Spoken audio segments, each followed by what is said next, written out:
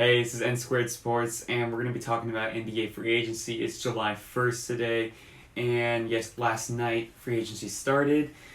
So the first topic we wanted to talk about was the Warriors and D'Angelo Russell signing with them. The Warriors came out and said that they are looking to trade D'Angelo Russell, which is crazy in the start. So what are you thinking about that? Yeah, like when I first heard D'Angelo Russell to the Warriors, I'm like, how does that fit? That's not going to work with Steph Curry already there, Klay Thompson.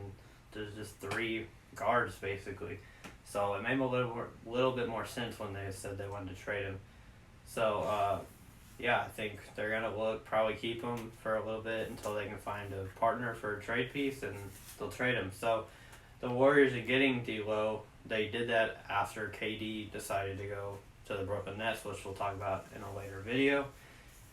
So they had to sign somebody, so they got D'Lo. They re-signed Klay finally today to a max deal. So they have D'Lo on a max deal, Klay on a max deal, and Steph Curry on a big contract. So their salary is like gone at this point. They can't really even sign their bench players anymore. They're going to be limited into what they can sign, and they had to get rid of Andre Iguodala.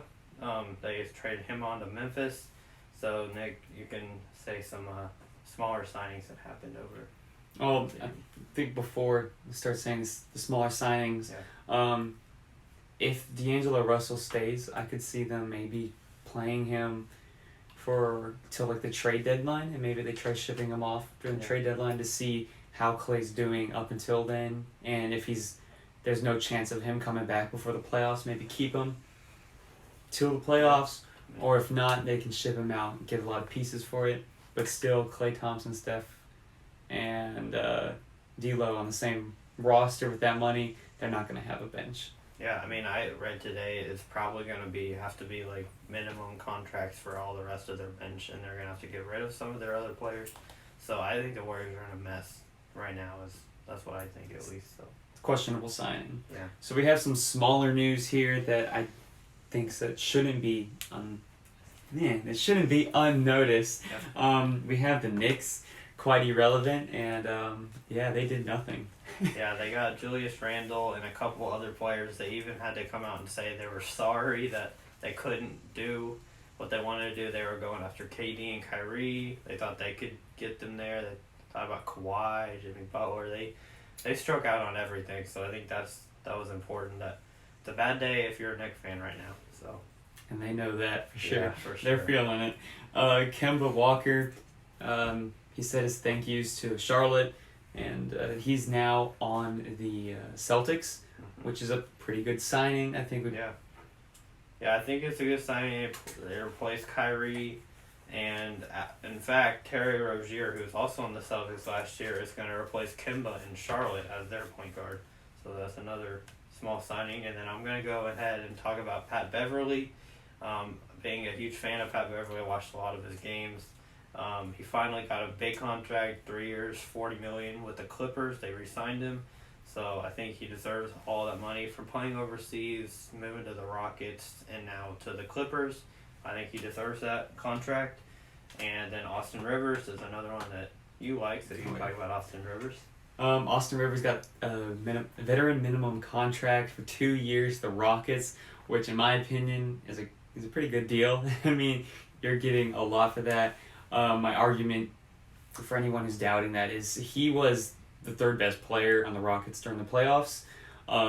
He had pretty much PJ Tucker, who I would debate was the best player for the Rockets during the playoffs, then Harden, then Rivers. And when you ask the Rockets players and coaches about Rivers, they say he's a great locker room guy and he's been great for the team. For 2 years and a veteran minimum, that's a steal in my opinion. And I was asking him earlier, I was talking about would you rather have Patrick Beverly or Austin Rivers, and he was like, I don't know. I mean, That's tough. But then he mentioned the contract difference. Pat Beverly is 3 years, $40 million, and then Austin Rivers is for minimum. And so when you can get Austin Rivers for a minimum, you can debate whether he's a better player than Pat Beverly or not, but you got to take it when you can when you get a minimum player with that much value. So hopefully that can, I mean, That was a really good signing. I want to go back just quickly, briefly on the Terry Rozier. Personally, I'm not a fan. I don't think the Hornets are going to be. I mean, I don't think he can replace what Kemba did. Yeah, and even if he does, Kemba didn't lead him anywhere anyway, so it's not like Terry Rozier's going to make that big of a difference. But for Terry Rozier, it was a big deal. He got paid. That's what he wanted to do. He wanted to get paid, and so he got his money, even though they probably won't be very good. So one other thing we want to talk about, Nick wants to talk about Damian Lillard. He thought it was not a good deal, which I disagree with. I thought it was a really good deal that they got him for the max. I think he deserves it as well. So personally, I'm not a fan of it. There's many times when he just disappeared in the playoffs and during the regular season. He wasn't consistent, and personally, I believe in consistency rather than showing up out of nowhere and scoring 50. I mean, he's clutch. There's no doubt about that. We saw him in playoffs with like 2 or 3 game winners, at least during this year. I don't like how inconsistent he can be. That's just my argument. So you're saying that he's making all these clutch shots, but he's not consistent. Yeah. How can you be clutch and not make it? I don't know how. That's really. For example, in the Thunder, he had a great series. I mean, he showed up. He had 50 points. I believe he had like 41, 42 somewhere in that series. Then the next series against the Nuggets, he was practically irrelevant. I mean, he didn't show up really at all. And even against the Warriors, it wasn't that great of a showing either. I think he's a great player, but I just don't know about giving all that money. You're going to have to give him that money. So, like, to keep him on a team, you're going to need that money. But I don't think the value is worth it. Who else are you going to pay? Like, who's above Damian Lillard in point guard? I think he's a top 5 point guard right now. You can't name 4 better point guards in the league than him right now. And I think he deserves the max from what all he's done. I think he showed in the playoffs he's the top 5 point guard in the league. He might have not played the best against the Nuggets. He still beat the Nuggets, and he made it to the Western Conference Finals. They lost their big man, and it was Damian Lillard and C.J. McCollum and a bunch of other guys. Both of them led them to the conference finals, and I think Damian Lillard is a huge part of that. So I disagree. I think he's worth every penny they paid for him. I don't think they're going to be able to get anywhere with Lillard in that team. I just don't think that team is going to be relevant, really. By anywhere, do you mean like the conference finals? They got to the conference finals because of an easy playoff schedule. Really? You think so the Nuggets are an easy team to beat in the playoffs? I think they are easier than the Rockets and the Warriors, and they, if I'm not mistaken, they barely beat the Spurs, right? They didn't play the Nuggets. The Nuggets played the Spurs. Yeah. I don't know. I just don't.